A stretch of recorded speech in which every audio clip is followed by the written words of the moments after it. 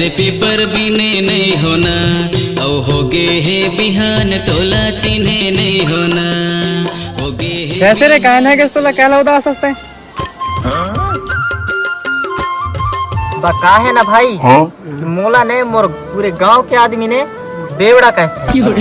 अरे यार सही कहता हमारे यहाँ समूला बेवड़ा कहता है। टूट गया मैं तो अब। अच्छा अरे यार तोड़ने का कोई उपाय हुई तो बता, तो ना आदमी की बोलती बंद करवाने यार। यह सब ने देसी दारू के वजह से होते।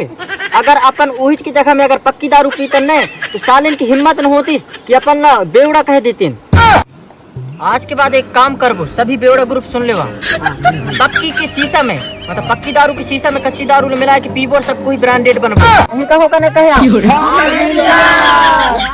याद रखो सबको करो मला गाबो झुकरी बहेरा काजी रे।